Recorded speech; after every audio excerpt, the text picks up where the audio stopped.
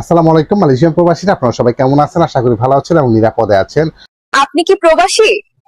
তাহলে আজই ডাউনলোড করুন হোম টাউন অ্যাপ। অনেকের মনে বিভিন্ন জল্পনা কল্পনা। বাংলাদেশ থেকে আসতেছে প্রধান উপদেষ্টা মোহাম্মদ প্রফেসর ডাক্তার ইউনূস সাহেব।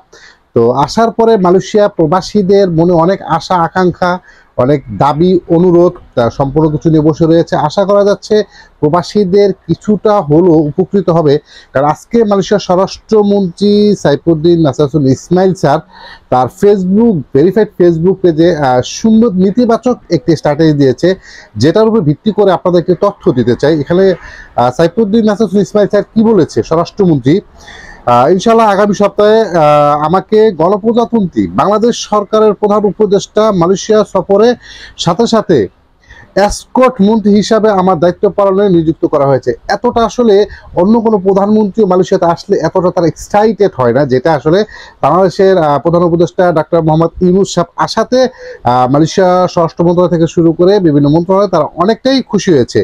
সেই সাথে এখানে বলেছে সেখানে নিযুক্ত স্বরাষ্ট্রমন্ত্রী যেটা বলেছে, আমাকে সেখানে সকল ব্রিফিং দেওয়ার জন্য নিযুক্ত করা হয়েছে। অনুষ্ঠানের সম্পূর্ণ বিষয়টা আমি সেখানে অবগত হব। এবং দেখেন সুন্দর একটা কথা বলেছে এখানে, আশা করি সমস্ত পরিকল্পনা ঠিকঠাকভাবেই সম্পূর্ণ হবে এবং এই সরকারি সফর মালয়েশিয়া এবং গণপ্রজাতন্ত্রী বাংলাদেশের মধ্যে দ্বিপাক্ষিক সম্পর্কে আরো জোরদার করবে, যা মাদানী সরকারের আঞ্চলিক ও আন্তর্জাতিক কূটনৈতিক নেটওয়ার্ক আরো শক্তিশালী করার আশঙ্কার সাথে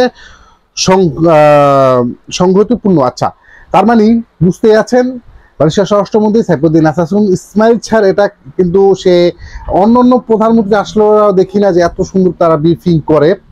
তো স্বরাষ্ট্রমন্ত্রী সম্পূর্ণ মিটিংটার সাথেই থাকবে এবং বাংলাদেশের উপদেষ্টা ডাক্তার ইউনূস সাহেবের সাথে যখন মিটিং করবে তার আশাবাদী বিভিন্ন রাজনৈতিক কূটনৈতিক আলোচনা করে ব্যবসায়িক দিক দিয়ে খুব শক্তিশালী করতে পারবে বাংলাদেশের সাথে মালয়েশিয়া, এমনটাই আশা করেছে মালয়েশিয়ার স্বরাষ্ট্রমন্ত্রী। কিন্তু প্রবাসীদের আকাঙ্ক্ষা কিন্তু থেমে নেই। প্রবাসীদের একটাই জল্পনা কল্পনা, আসার পরে যাতে বৈধতার আমাদের দেওয়া হয়। কিন্তু আমি সবসময় আপনাদের বলি, মালয়েশিয়ার বৈধতা শুধু বাংলাদেশের প্রধানমন্ত্রী বললেই হবে না, বা প্রধানমন্ত্রী এই বিষয়টা বাংলাদেশ প্রধান উপদেষ্টা ডক্টর ইউনূস সাহেব স্বরাষ্ট্র মন্ত্রণালয় মানে স্বরাষ্ট্রমন্ত্রী সাইফুদ্দিন নাসারুল ইসমাইল স্যারের কাছে সকল প্রবাসীদের তো একটাই চাওয়া নাকি, যারা প্রবাসে বসবাস করতেছে তারা এটা চাচ্ছে। তারপরে নতুন কিছু রিকভারি করার জন্য এমন কোনো আবেদন প্রবাসীদের মুখে দেখি না।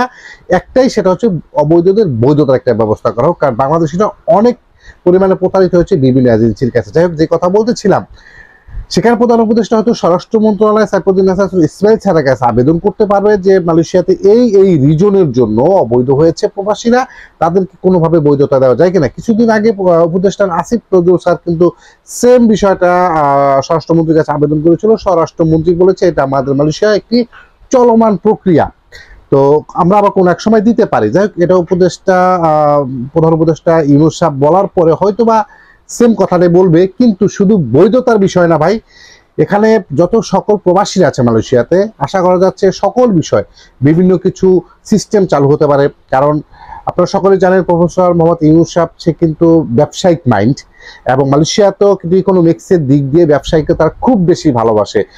বিভিন্ন কান্ট্রি থেকে মালয়েশিয়াতে এসে কিন্তু ব্যবসায়ী করে, তাদেরকে কিন্তু খুব মালয়েশিয়ান গভর্নমেন্ট থেকে সাপোর্ট দেওয়া হয়। সো প্রধান উপদেষ্টা যখন ব্যবসায়িক বিষয় আলাপ করবে তো বাংলাদেশিদের অন্তর্ভুক্ত করেই, সেই ক্ষেত্রে কিন্তু সকল প্রবাসী থেকে শুরু করে বাংলাদেশিরও দেশের মানুষও কিন্তু উপকৃত হতে পারে আশা করা যাচ্ছে।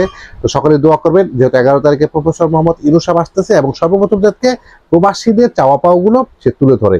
তো এটাই হচ্ছে আমাদের আশা, এবং আপনারা ভিডিওটা প্রচুর পরিমাণে শেয়ার করে সকল বন্ধুদেরকে দেখার সুযোগ করে দেবেন, এবং যাতে প্রফেসর মোহাম্মদ ইউনূস সাহেব আসার পরে প্রবাসীদের অনাকাঙ্ক্ষিত প্রবাসীদের যে মানে ঘটনাগুলো, যারা দুঃখের জর্জরিত কি প্রবলেমে ফেস করতেছে, এই বিষয়গুলো যাতে সর্বপ্রথম সে উপস্থাপনা করে। আশা করা যাচ্ছে প্রফেসর মোহাম্মদ ইউনূস সাহেব এগুলো আলাপ আলোচনা করলে মালয়েশিয়া স্বরাষ্ট্র মন্ত্রণালয় এটা অ্যাকসেপ্টেবল হবে আশা করা যাচ্ছে। ভালো থাকবেন, নিরাপদে থাকবেন, দেখা হবে নেক্সট কোনো ভিডিওতে। আসসালামু আলাইকুম।